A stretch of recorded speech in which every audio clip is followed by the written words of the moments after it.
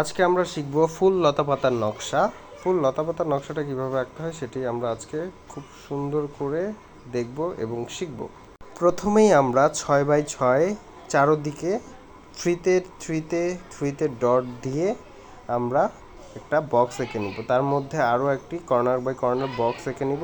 মাঝখানে দুইটি বৃত্ত এঁকে নিব। তার উপরে আবার একবারে শেষ মাথা 0 থেকে 3 ইঞ্চি নিয়ে তারপর বৃত্ত এঁকে নিব। এরপরে এই দুইটা বৃত্তর মাঝখানে যে মধ্যবর্তী জায়গা ফাঁকা আছে ওই মধ্যবর্তী জায়গা ফাঁকার মধ্যে 4 কর্নারে 4টি বৃত্ত এঁকে নিব।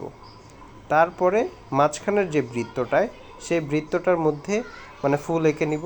তারপরে যে পাশের যে বৃত্তটা আছে এই বৃত্তটার মধ্যে কর্নার থেকে শুরু করে একটি লতা সুন্দর করে এঁকে নিব।